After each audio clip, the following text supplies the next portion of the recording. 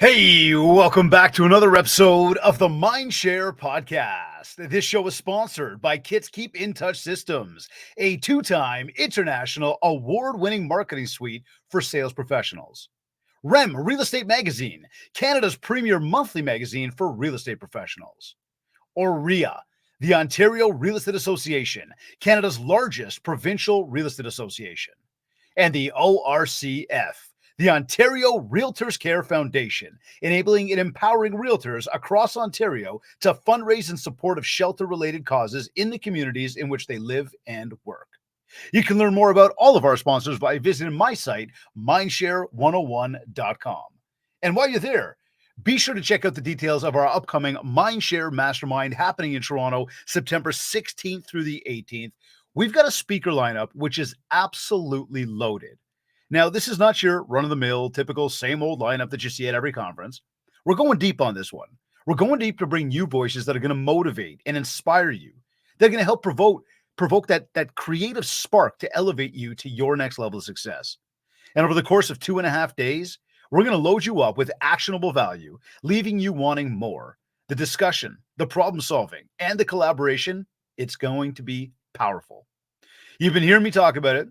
You may have already reserved your spot for it, or maybe you've been considering it. Spots are limited, so do not wait.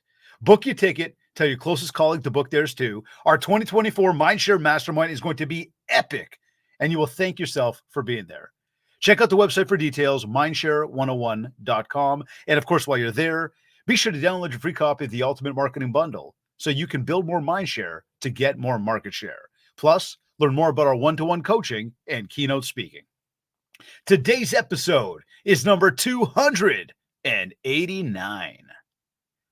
He is the host of 105.9, the region's on-the-market real estate radio show, and he's also the broker-owner of RE/MAX Prime Properties, with 7 locations, including Markham, Toronto, Pickering, Thornhill, and Mount Albert, Ontario. With a clear vision to provide real estate solutions, he sets the standard for today's realtor, and his mission is to exceed expectations by leading the way for the real estate industry. In March 2020, he received the Broker of the Year Award for Canada. This came on the heels of the Rookie Owner of the Year Award in 2017, a testament to his leadership and cutting-edge tools. An accredited buyer agent, certified luxury home marketing specialist, and Diamond Guild member, he provides a fresh, unfiltered opinion on market trends, conditions, and values. He is the recipient of the 100% Club, Platinum, Chairman, Titan, and Diamond Awards for Sales Excellence with RE/MAX, an honor that very few hold for sales achievement. He also holds the prestigious distinctions as a member of the RE/MAX Hall of Fame and the Lifetime Achievement Award. Joining me on this episode of the MindShare podcast is broker-owner of RE/MAX Prime Properties, Asif Khan. Asif, welcome back to the MindShare podcast. Thanks so much for having me. I'm honored to be on your podcast. Oh, my friend. Yeah, listen, you've been here before. It's always a pleasure having you on. And I know I've had the the good opportunity of being on the 105.9 on the region, radio show that you host. Yeah. How's things going, man? Things are going well. It's there's the feeling out there is that it's going to start to get a little bit busier now with the recent rate drops. So we're looking forward to the next few months in real estate. Yeah, I think that there's a lot of opportunity coming our way. I mean, go figure. Like, we are already into, the first half of the year is done. It is. It's hard to believe. Yeah. Man, I can't believe how fast time keeps flying. It's unbelievable. Yeah. I was having that conversation with a coaching client this morning just about time and how it almost feels like there's never enough of it. That's right. Yeah. And it just keeps moving faster. But as we look back on this first 6 months, was it everything you expected it to be when it comes to market activity out there? You know what? It wasn't. It started off with the promise that it was going to be a crazy busy year. And, getting into around late April, beginning of May, it started to really go on pause almost. And people that were coming off the fence over the past few months started to jump back on that fence and waiting for that big announcement in June. And when that announcement came, I think the sentiment was it's going to get crazy, but it hasn't happened yet. So, we're hoping that as people get requalified for mortgages or with the new rates, that they'll start to come back off that fence and the activity will start again. But we might be a couple of weeks away before that happens. Yeah, it seems like we still got some time ahead of us. What was your feeling about the impact of the rates on the market as a whole? Like what have you seen, maybe hearing from your agents or any colleagues in the industry? Just has it had any type of impact in any way? You mentioned people jumping back on the fence who are about to jump off the fence. Like, It's had more of an impact in the outlying areas. So if you're going out towards the Sarnias, the Windsors, you've started to see people get back into the market. Things are really heating up out in the outlying areas. In the GTA itself, it's still a little bit conservative. People are still doing their due diligence. They want to make sure they're making the right decision. And although there's a lot of activity with showings, we haven't seen that translate into offers as yet. And I think that comfort level or that level of confidence that we need the buyers to be at to make those decisions hasn't been reached yet. But I think we're close. interesting. So do you think we see more going on in July? Do you think we see that next move in July? I think we do. There's a lot of talk that they'll probably hold with the inflation numbers being a little bit higher than what they were last month. But I think what the fear was would these rate decreases fuel the market to a level where the prices would start to climb again?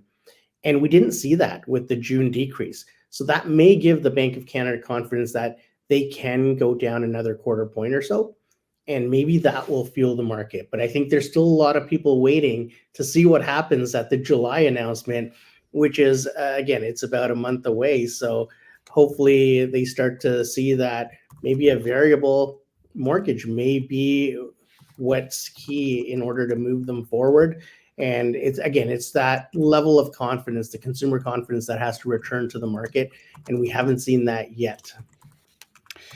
I would agree with that. Now, as we see, if that next decrease comes in the month of July or possibly in September, what do we see as the impact on prices? Do we see those climbing? What's your thoughts on that? I mean, nobody's got a real crystal ball, and as you mentioned off the top there, it's easy to look at some of the things that we thought it was promised that the market would pick back up. We didn't see that activity necessarily happen exactly the way everybody was hoping it would be. But what do we see when it comes to prices if the rates continue to come down? I think there's going to be upward pressure on price for sure. And that's happened every time the rate has decreased. We've seen the prices start to climb. And I think what we're probably going to see, or what I anticipate that we will see, is that it won't be as drastic a shift as what we saw back in 2020 or 2021. But I think we will see some upward pressure on price as the market starts to heat up. And that's normal. But the other thing, when we're looking at prices, David, the one thing we have to remember is the prices that are mentioned in the media are average prices. Mm-hmm. So when you have them reporting that the average price has fallen 2.5% like they did last month, you have to take the mix into consideration.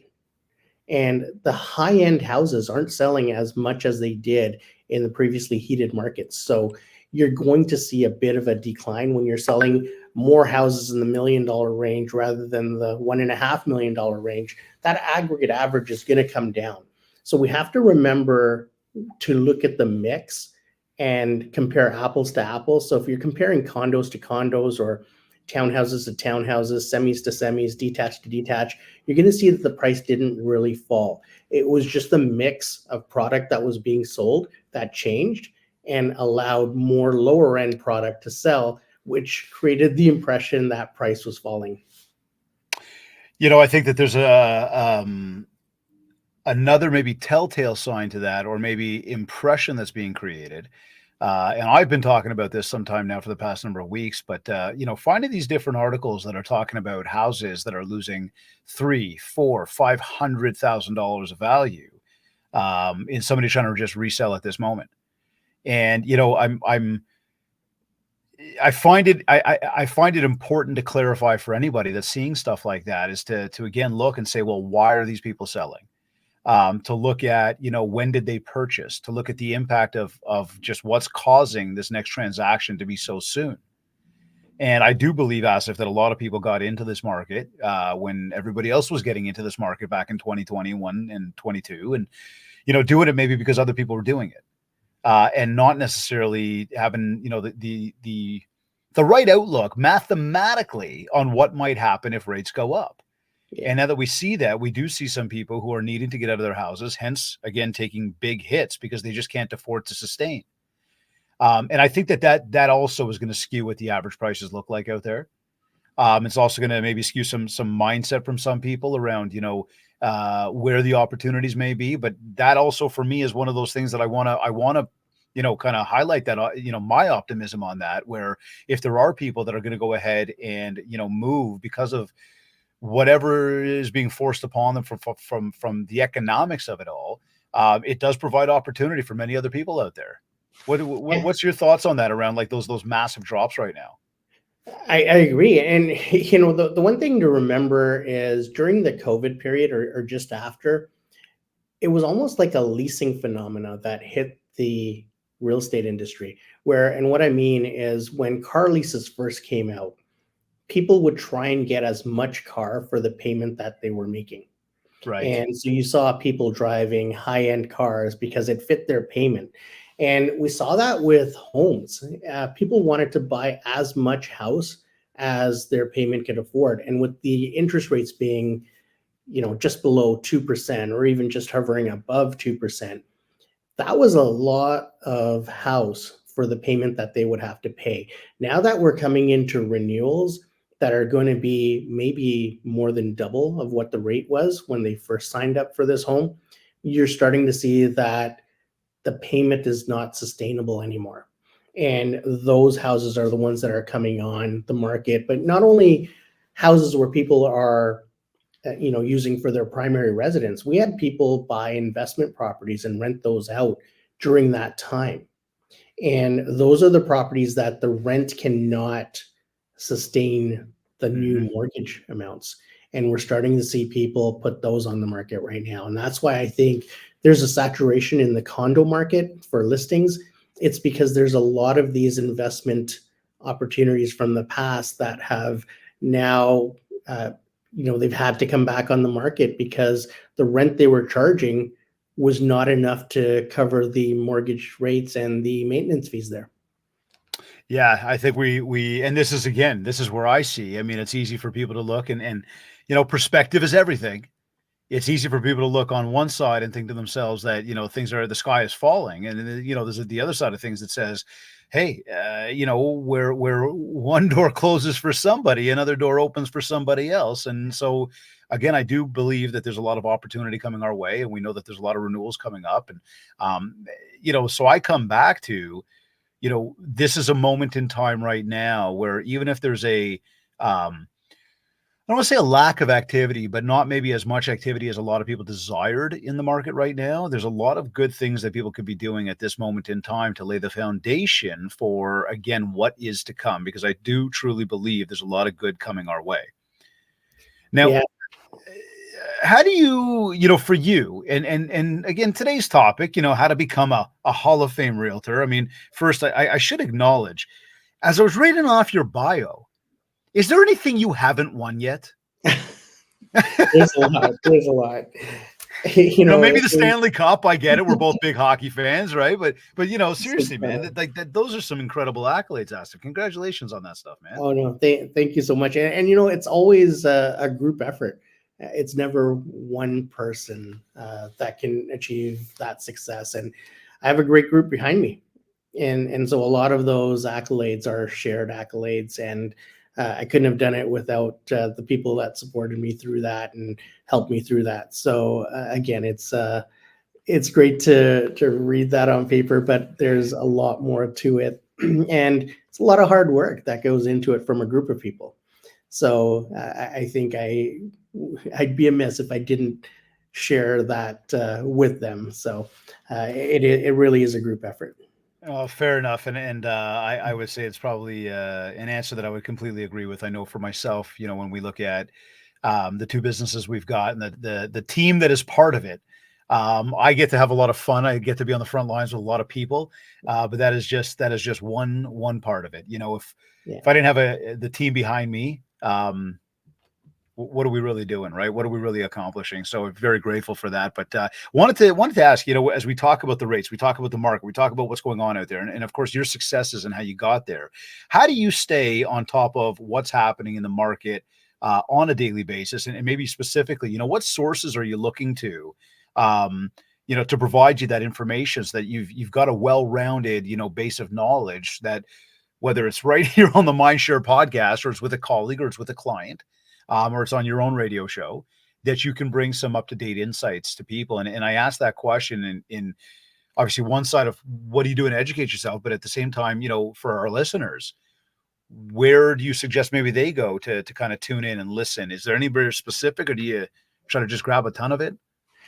You know what? It's old school networking, and it's being part of groups that will elevate you. It's being in tune with the market, not only active in terms of selling real estate, but also being active, talking to potential buyers or future buyers and seeing what they're looking for. Speaking to industry experts, not only from the boards and area, but also, speaking with, coaches like you, David, getting a perspective on what your coaching clients are seeing out there.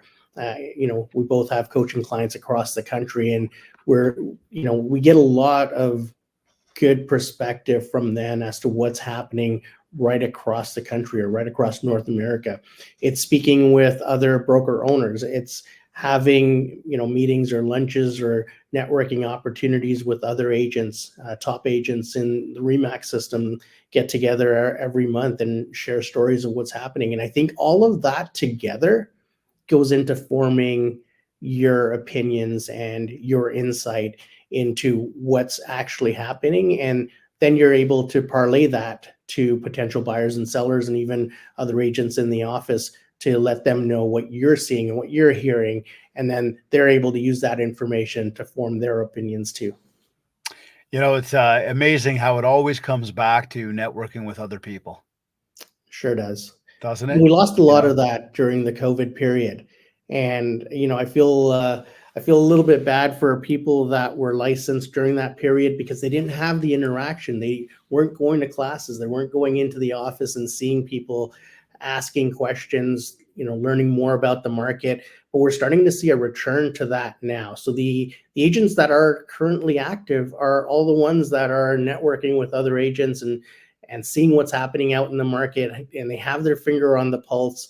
And the ones that are falling behind are the ones that are still working on their own, trying to navigate this real estate world on their own. So I would suggest to everyone to get back to the basics, get belly to belly, and have conversations with people, ask them what's going on and ask them what you can do to elevate your game.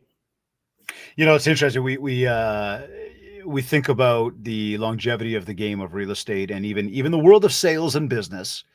And with all the technology we have our hands on today and access to, a big part of it still comes back to that one-to-one connection with another human being. And as we talk about, the education, and we talk about the, getting ourselves to that point where we came out of this crazy period of time a few years ago to where we are now. And there's been a lot of evolution, a lot of shift, a lot of change.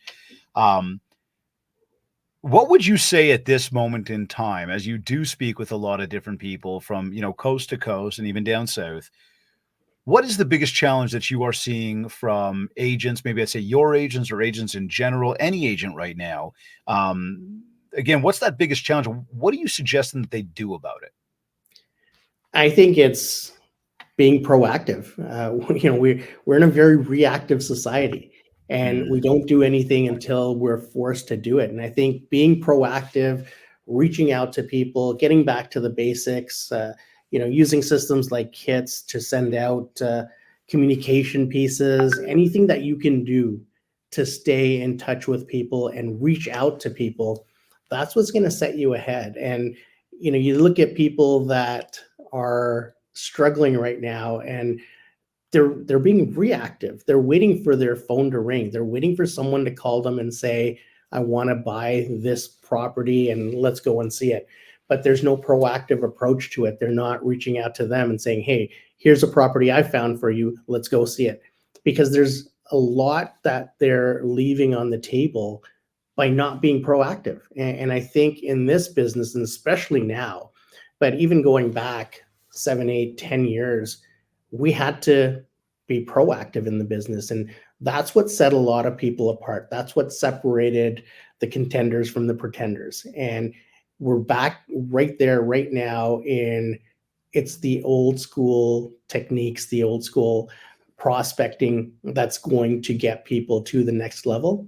There's a lot of new tools that we can use to enhance that type of connection, but we still have to have those connections. And I want to talk to some of those tools in just a moment here. All that said, though, as we look at that, I think that's great perspective. And it's interesting because I believe that message has, been constant. It's been a consistent message since the day anybody got licensed. That's right. Get out there, talk to people, communicate with other people, be proactive about what you're doing in a day, really have a plan and go out there and get it. Whereas a lot of folks will sit back as and I've coined the term sort of the hunter versus the order taker.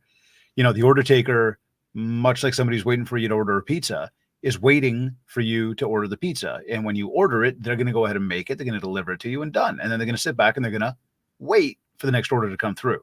Yeah. Whereas the hunter is constantly out there setting traps, hopefully catching food, getting deals. And then before they go ahead and actually do the deal, they go set more traps so that they can, eat again tomorrow.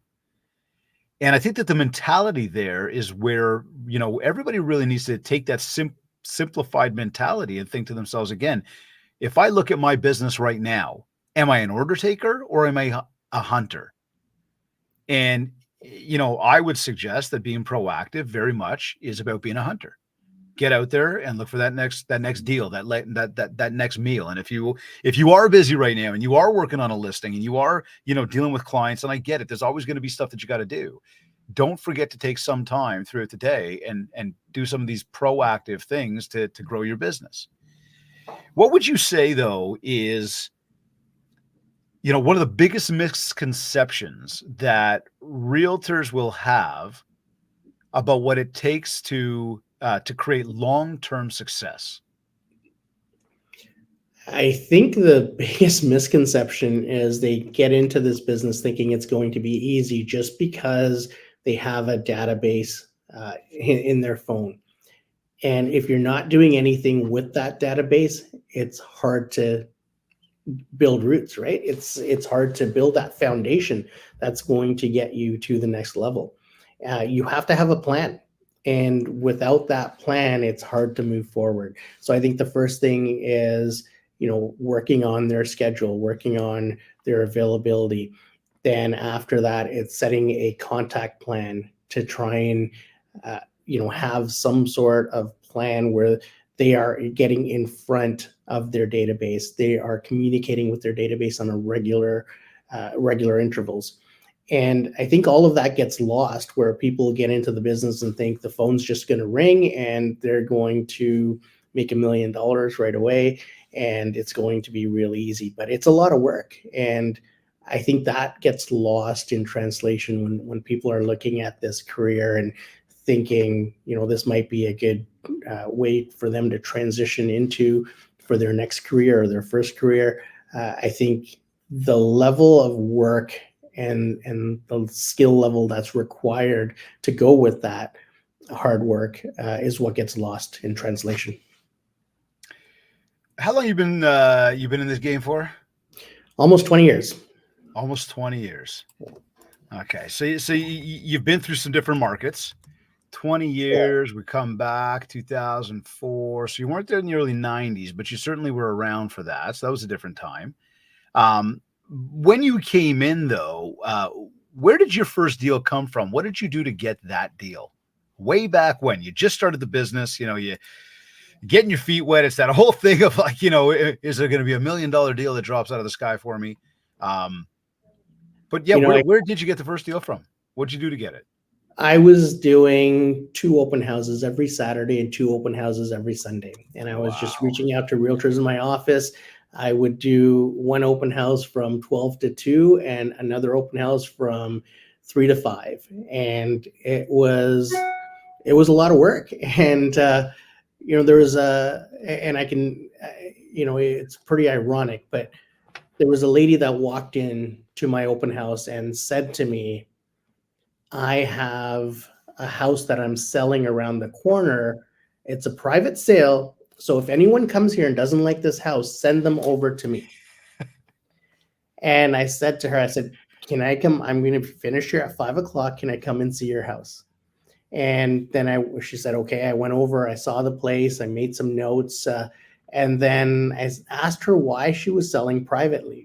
Yeah. And had a good conversation, then met with her and her husband the next day and listed the house. And then I sold that house. And that house was on a road called Stepping Stone. And go figure. Yeah.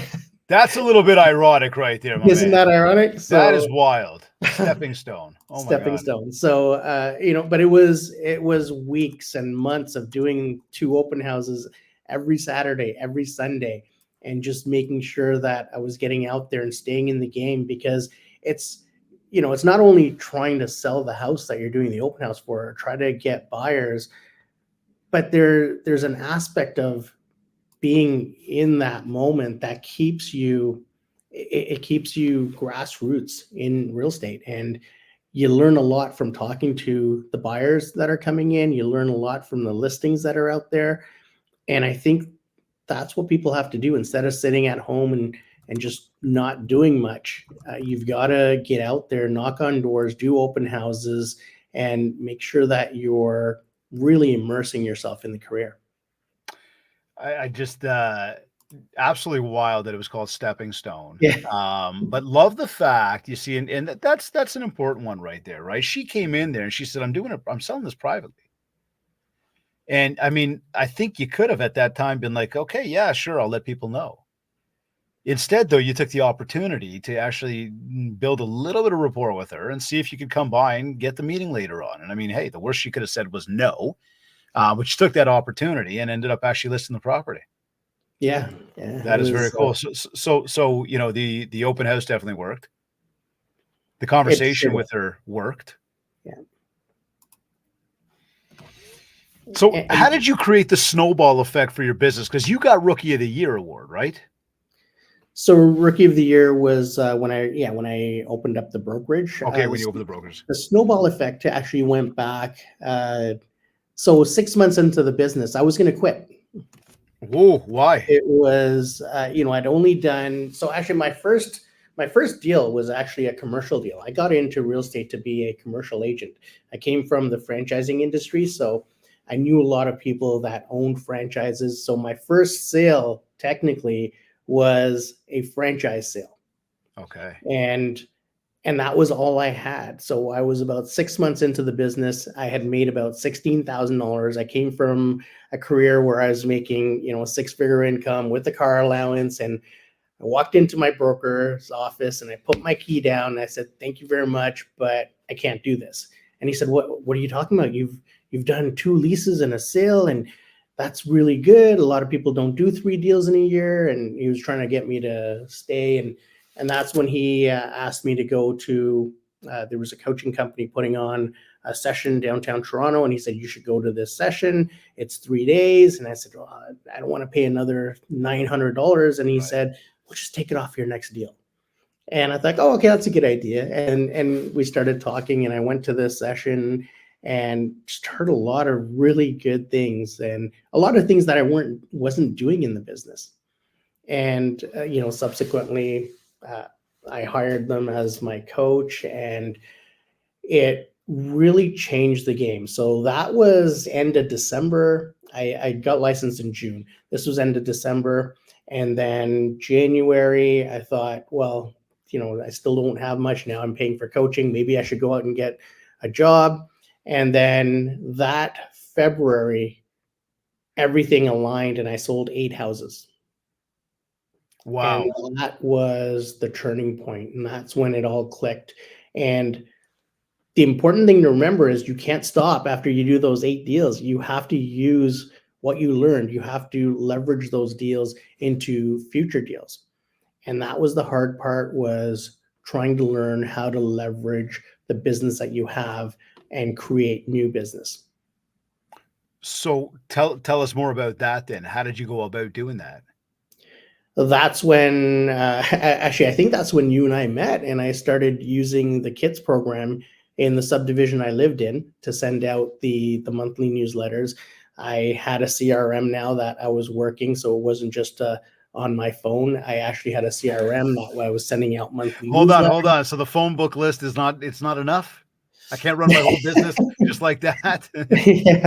It's I wish it was that easy, but you have to invest in yourself. And if you don't invest in yourself, who's going to invest in you? Right. So you have to remember that you're building a career, you're building your own brand.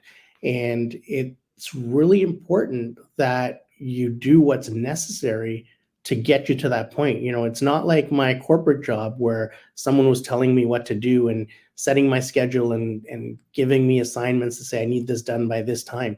The great thing about real estate is that you're in business for yourself and nobody tells you what to do.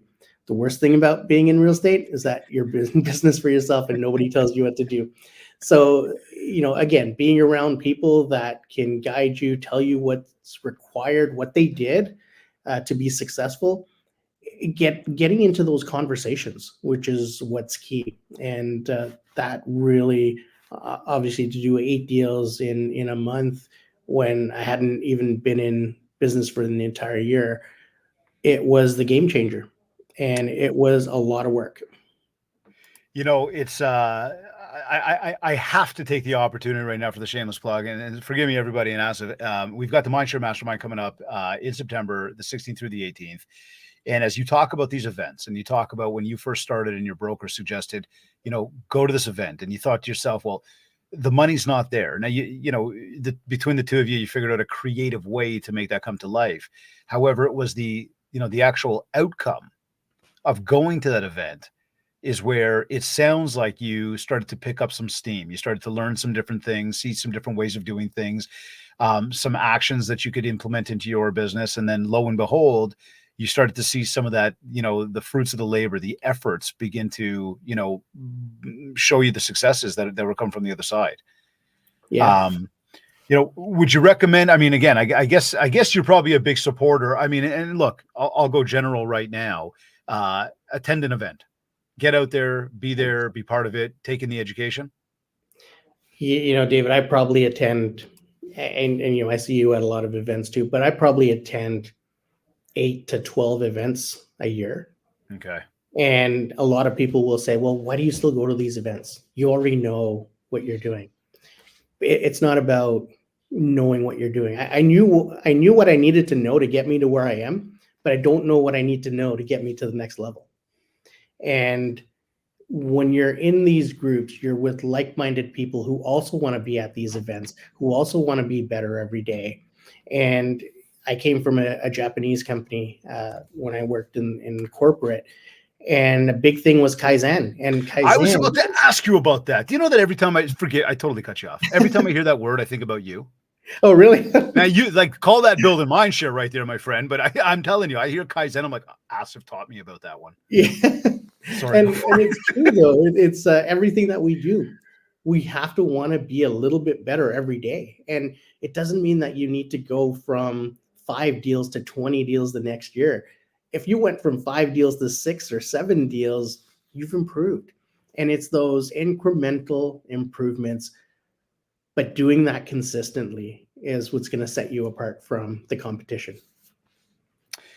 So again, and I'll throw it out there to everybody, is that, for with our mastermind coming up in September, it is a very different event. It's not the run of the mill typical. It's not a big room. We're maxing at about 35 people, and we're doing that very much on purpose because we want people to be able to be part of the event, not just attend the event. Yeah. We want people to be able to speak, to be able to collaborate, to be able to share problems, to be able to share solutions, and really work with each other so that everybody's getting a whole bunch of different perspectives.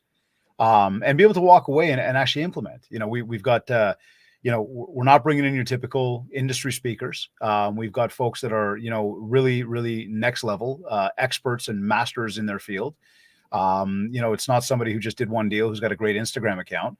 Instead, these are people who have truly helped move the needle for major corporations, and getting insights from folks like that, to help us run our, quote unquote, small businesses. It's invaluable. So I just want to throw it out there to everybody, September 16th to the 18th, you can check it out on the website, mindshare101.com/mastermind. I encourage you, join us. There's not a lot of seats left, but, we certainly look forward to, to you joining us if, that's something that you've got some time to do.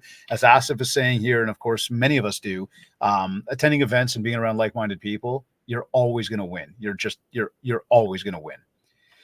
So all that said, though, Asif, as we talk about this, what daily actions, what non-negotiables need to be, part of anybody's day in order to create and sustain long-term success? What would you suggest? And maybe what are even some of those things that you do that are like, they have to be done?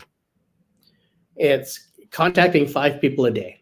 It's something that I started with, and it's something that, I know when I don't contact 5 people a day, that nothing's going to come of that day.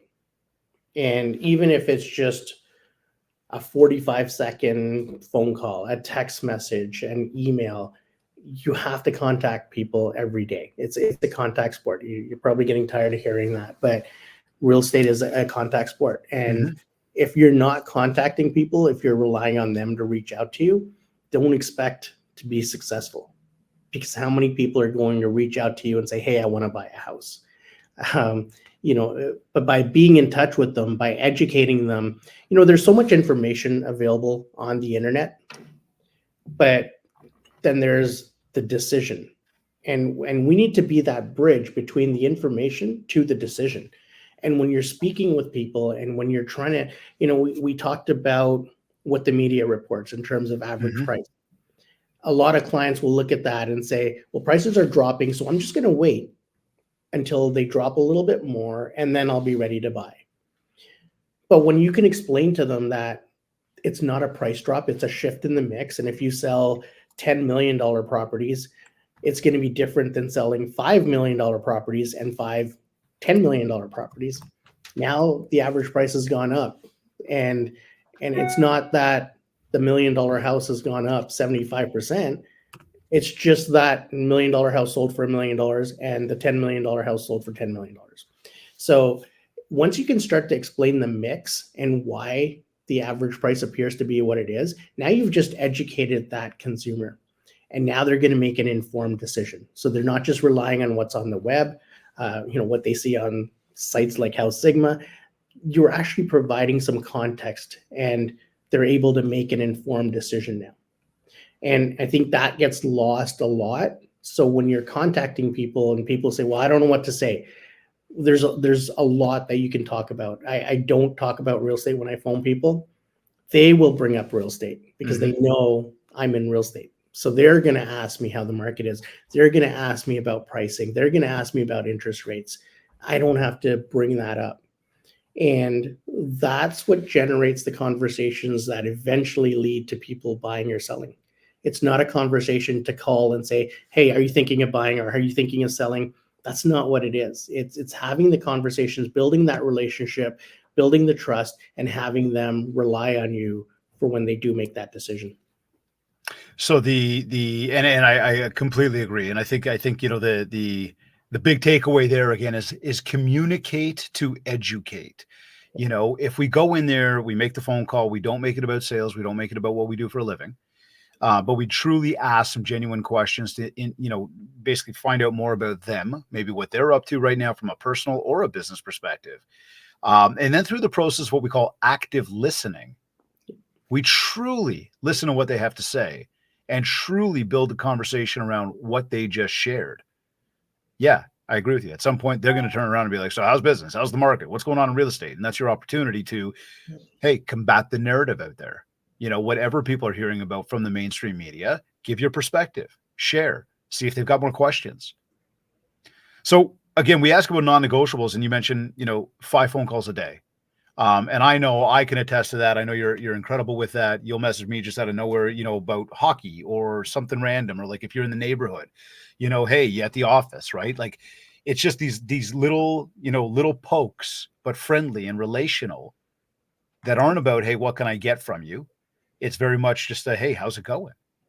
Yeah. And that always keeps the conversation going. Yeah. What else beyond the phone calls would you suggest that people need to keep in their day? And I love the fact that you said 5 as opposed to like 500, or call your entire database, or spend 3 hours a day. Like make 5 calls. If it takes you all day, because you did one in the morning, one kind of on the drive to the next meeting, one in the afternoon, but you made 5 different calls, you're winning. And I think the other thing is keep your finger on the pulse. Be ready to answer questions. So that means getting on the MLS every day. That means seeing what's happening in your areas, making sure you know what's up for sale, what's being sold, and use the prospect searches in our MLS to your advantage. And by that I mean set yourself up on a prospect search. So if you're farming 5 or 6 or 10 streets, set yourself on a prospect search for those 5 or 6 or 10 streets, so that when something's listed, when something is sold conditional or sold firm. And that keeps you in tune with the area rather than, having to go in and search every day and things like that. Set yourself up on a prospect search and know your area, because when people ask you what that house sold for last night, you don't want to be surprised and say, oh, that house sold last night. You want to know. And I think it's, again, proactive versus reactive. Make sure that you're immersing yourself in your career, and that's how you're going to get better. Love those 2 points there. Real important. Now, as we talk about all this, and we know that everybody's wearing a lot of different hats, there's always a lot to do in a day, prospect searches, social media videos, making phone calls, doing meetings, listing properties, door knocking. It's a lot. Do you think it's possible, or what's your take on a realtor being able to leverage time? Is it possible? Or do agents need to be on call 24/7? It's like the minute that phone rings, like, I got to go. So I treat my phone more as an answering service. And Okay. in my voicemail, I'm pretty clear. I return calls at 11:30 a.m. and I return calls at 3:30 p.m. Does that mean, forgive me, does that mean in your schedule, you've actually said 11:30 return calls and then 3:30 return calls? Yep. So you've actually got time blocked for that? Yeah, half an hour blocked at 11:30 and at 3:30. And that way I'm setting the expectation. So when people are calling me, they know when I'm going to call back. So they're not sitting by their phone saying, oh my God, it's been 5 minutes, it's been 10 minutes, it's been half an hour. They know when I'm going to call back. And, it's taking control of your schedule. There's, if my agents are calling me, I'm going to answer their call if there's nothing else going on. But at the same time, they know that I will call them back. If you call someone back at 5:30 and it's past your 3:30 time and they're expecting you to call the next day, they're gonna be really happy that you called them after hours. So, set your time, block your time. Time blocking is huge. And I didn't understand how huge time blocking was until I got into coaching. And my first coach, the first exercise I had was to time block. And by that, I mean, scheduling the time for me to make my 5 phone calls. It was scheduling time for lunch. It was scheduling time for dinner. It was scheduling time for the kids' hockey games.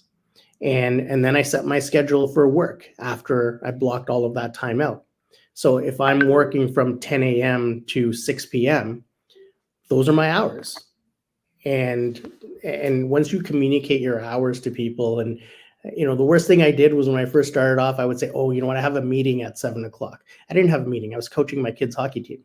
And then people would say, oh, well, I want to see houses at 7 o'clock. But once I started saying, no, I'm coaching my kids' hockey team, it was like, oh, we don't want to get in the way of your kids' hockey team. No Right. problem. We'll see it tomorrow.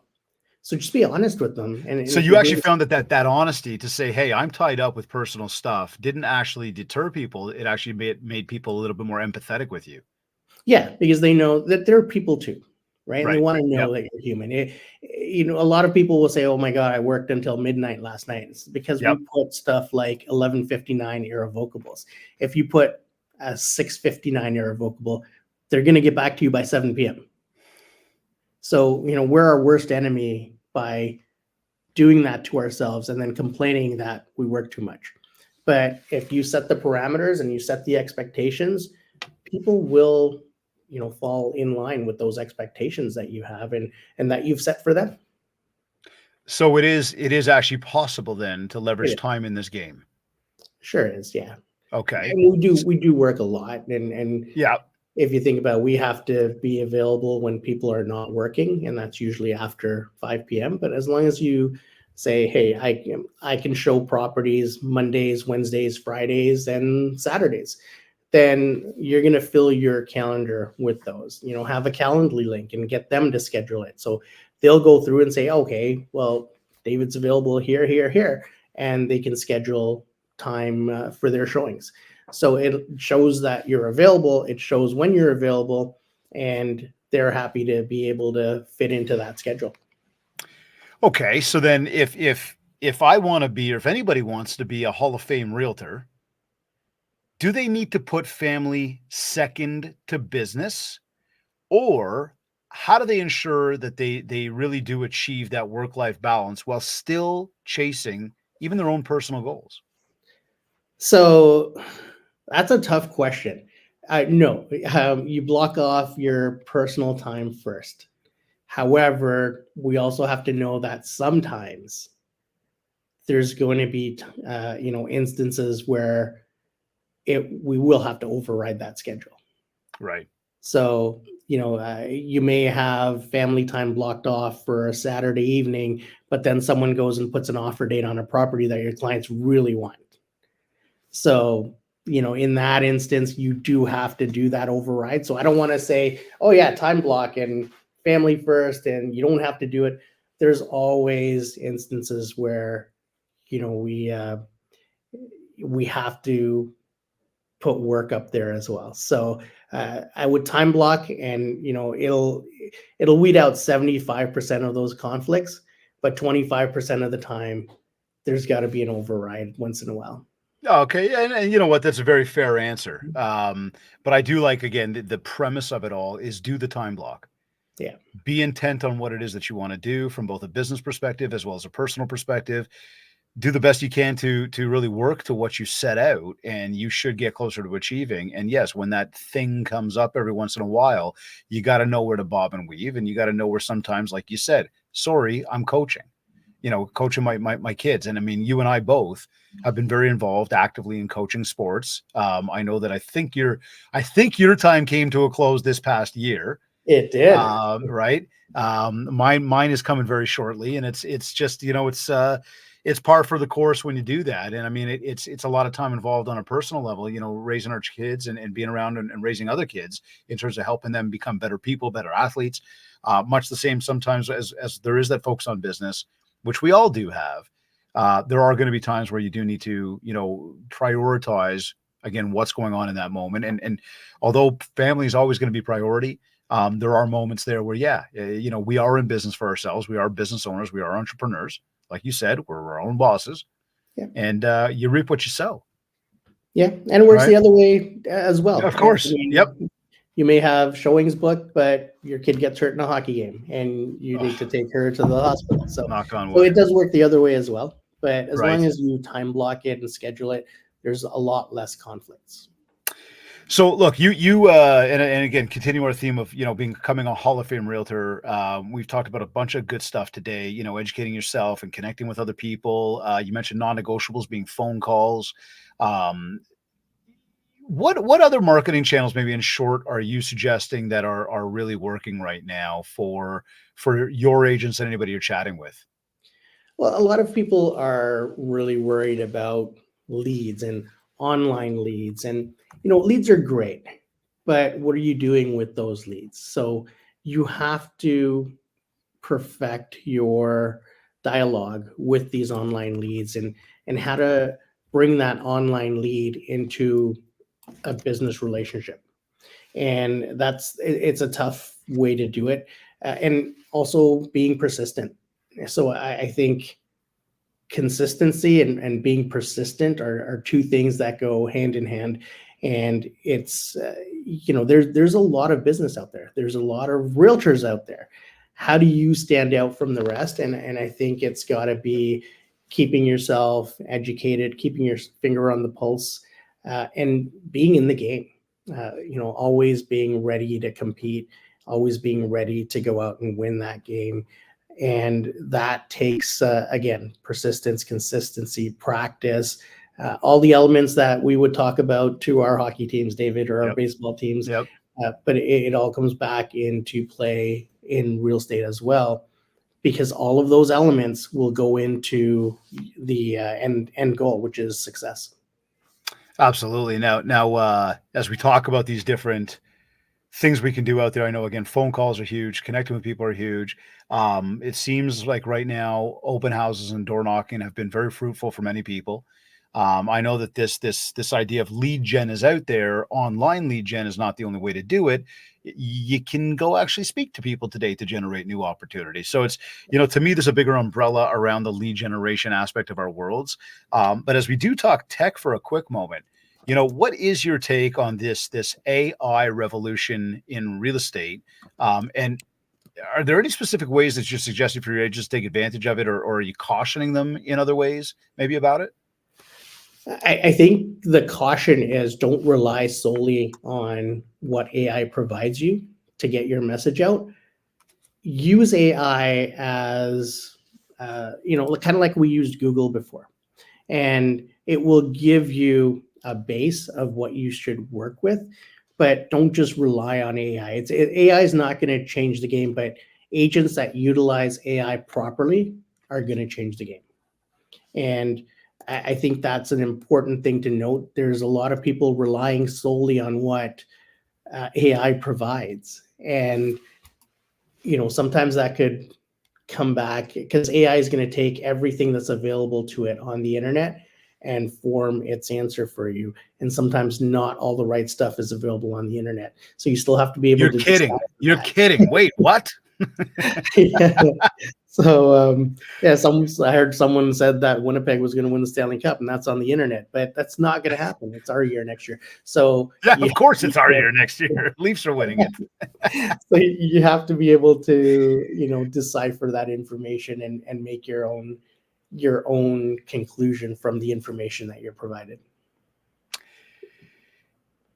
When we think about the industries out there that have succumbed to the online part of the world, from retail to movie rentals, you name it, travel agents. We talk about our game here in real estate, and we often look at the fact that with all this influx of technology, there's got to be something to be said about remaining relevant. And this question's been asked sometime over for the past number of years. But again, as AI becomes even more and more prevalent, and we do lean on technology, and we begin to even put technology in between, us and our consumer, in between us and the people out there that we want to do business with.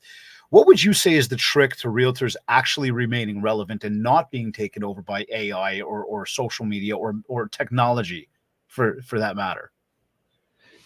I think it's being real people. It's being present. It's being active in the industry. When you think about AI, I always come back to this one example, and Mhm. it's the automated value models for appraisals, for home evaluations. And there's a lot of information that goes into providing people with a number of what the value of their home should be. but very rarely is it accurate.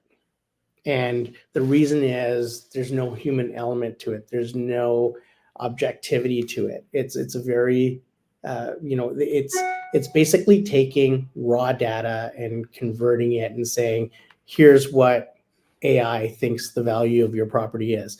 But that property could have gone through drastic renovations. It could have gone through maybe the entire area has been transformed. Maybe there's a condo building coming in the backyard, which is going to devalue it. There's so much that goes into a valuation model that cannot be answered by what's available on the internet or AI.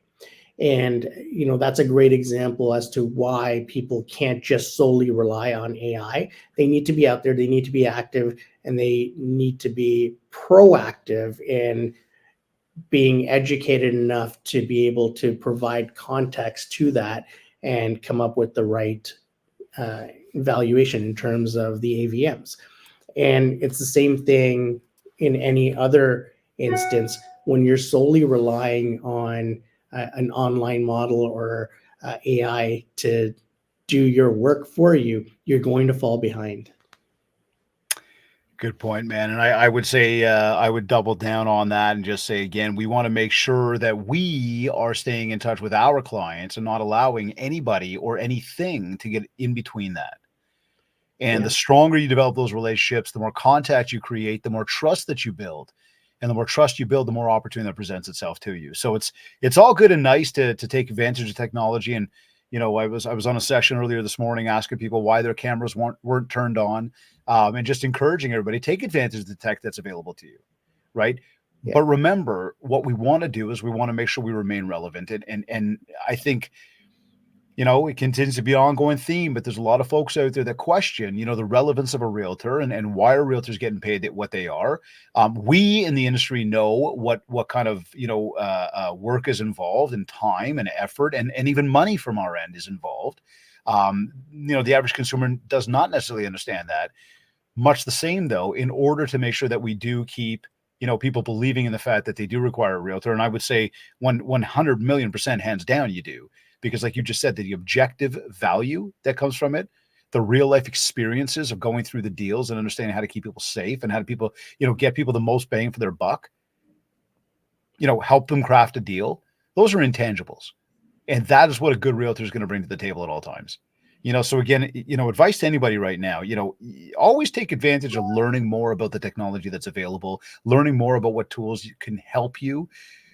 But do not put this stuff in between you and your most important audience. Because as Asif said, this is where he built his business from. Again, Hall of Fame Realtor has won every award, in the book. And, the message, hey, man, smile about it. Absolutely do. Right. It's amazing. And a big congratulations to you again. Today we've talked about how, but the big question becomes like, how? Because there's a lot of people that want to get there. And there's not a lot that you've listened to today that's been this earth-shattering, oh my God, I've never heard it before. And I don't say that from a negative. I say that from the complete positive to say, look, the best of the best continue to share a very similar story, continue to share very similar tactics around what it takes to actually have success. Listen to it. Build off of it. There's no magic pill. There's no secret potion. Asif said it. It comes down to effort, comes down to discipline, comes down to time blocking. You do the right things and the right things will happen. Now, to all that, Asif, your day is over. You finish it up, irrevocable was at 6:59, so you didn't have to go past it later on at night. But you're sitting down with the family or you've gone through an incredible day and whatever's happened in your day. How do you know at the end of the day it's been a successful day for you? Successful day. I think, success can be defined in various ways, but I think a successful day would be making a difference to someone, a buyer, a seller, an agent in my office, and being able to solve problems. I think when it comes down to our entire business, our entire industry, it's about solving someone's problem. So knowing that you were able to solve someone's problem, I think makes it a complete day. And Yeah, I would say that. I love that, man. Once again, nobody says the word money. That's right. Just keep trying. Hey, I'm telling you, man, nobody ever brings up money when I ask that question. Yeah. And it's an interesting one, right? Because when you ask people what they define as success, they tell you how much money they want to make. What are your Yeah. goals? Well, here's how much money I want to make. But then when you say, what's a successful day look like to you? Nobody talks about how much money they made. It's true. Yeah. Just some, insights. Asif, we were talking about how to become a Hall of Fame realtor. Any final words of wisdom that you can give anybody aspiring to be a Hall of Fame realtor? Anything you want to leave behind as we sign off today? Guys, I think the main thing to remember is there's so many shiny objects out there that will promise that you will do so much more business if you purchase them or use them. And it goes, you just got to get back to the basics, and that never changes. And think about when you're building your foundation, people will fall off and say, well, I'm having a terrible year. Okay, well, what did you change? Are you still doing what you did to get you to where you got to? And they'll say, well, I don't need to do that anymore. No, you still need to do that, because that's what got you to where you are. You can enhance it now that you know a lot more, or you've done a lot more business, or you have more experience, but you can't just forget about it. You've got to still keep bringing it and go back to those basics, figure out what you used to do. Someone told me once, oh, you shouldn't door knock, because how many people have you knocked on their door and they said, oh, I want to buy a house, or they said, oh yeah, please list my house. And I thought, oh yeah, that's right. And then one of my coaches asked me why I was having a terrible year. And he said, are you still door knocking? And I said, oh, I'm not door knocking. That was a waste of time. And he said, okay, so let's go through all of your transactions. And he said, where did this person come from? I said, my database. And they said, how were they added to your database? And I said, oh, door knocking. Where did this person come from? That was also added by door knocking. And he said, so door knocking works. It's not that they're going to buy something from you that minute, but you've been adding people to your database, and these are the people that have been buying from you. So a lot of people will tell you, in order to sell you on different products or services, that you don't need to do that anymore. All you need to do is buy this product and it'll make you rich. It's the basic business set that will help you get to your goals and help you enhance your goals to the next level. Very well said, my friend. Great points to finish off here. For everybody tuned in, again, we had Mr. Asif Khan, broker owner of RE/MAX Prime Properties and Hall of Fame winner and every other award possible winner. Join us today on the show, again, talking about how to become a Hall of Fame realtor. Asif, it's been, as always, an absolute pleasure to have you on the show. We thank you very, very much for joining us on the MindShare podcast. Always great to be on your show, Dave. So no, thank you for having me. Hopefully added some value. And again, any questions, you guys can reach out to me. Love to help. Where can people find you, Asif? They can email me at asif@thehomeshop.ca, or they can call me on my cell, 416-931-6662. And radio show airs when? Saturday at 11 a.m. on 105.9 The Region. That's 105.9 FM if you're in the GTA. If not, you can get us online at 1059theregion.com. Definitely an amazing resource in this industry, and I really encourage everybody, check them out, tune in, follow them, connect with them. Always been an absolutely amazing person. And once again, a big thank you for making the time to join us here today. And of course, although the Stanley Cup has been handed out, the old season is out, so it's time to cheer for the Leafs again. Go Leafs, go! Go Leafs! Thanks, David. Thanks, pal. You are either listening to this on one of your favorite podcast platforms, or maybe you went to my website, mindshare101.com, and while you were there, be sure to check out the details for our upcoming MindShare Mastermind, as well as download your free copy of the Ultimate Marketing Bundle so you can build more mindshare to earn more market share. For all inquiries, just get in touch with us today. Of course, don't forget to leave a review of this podcast at www.ratethispodcast.com/mindshare101. Again, we make it super easy for you. No matter what device you're on, this will take you to your favorite podcast platform. Big 5 stars, nice little review. Let us know how much you love the show. Of course, if you would like to see somebody as a guest on the show, or you'd like to be a guest on the show, we invite you to reach out to us anytime. If you haven't yet, let's connect on Facebook and TikTok at MindShare101 and on Instagram at David Greenspan 101. I want to take a quick moment to say thank you. A big thank you to Kits Keep in Touch Systems, REM Real Estate Magazine, OREA, the Ontario Real Estate Association, and the ORCF, the Ontario Realtors Care Foundation, for sponsoring this episode. This has been another episode of the MindShare podcast. Thank you for tuning in.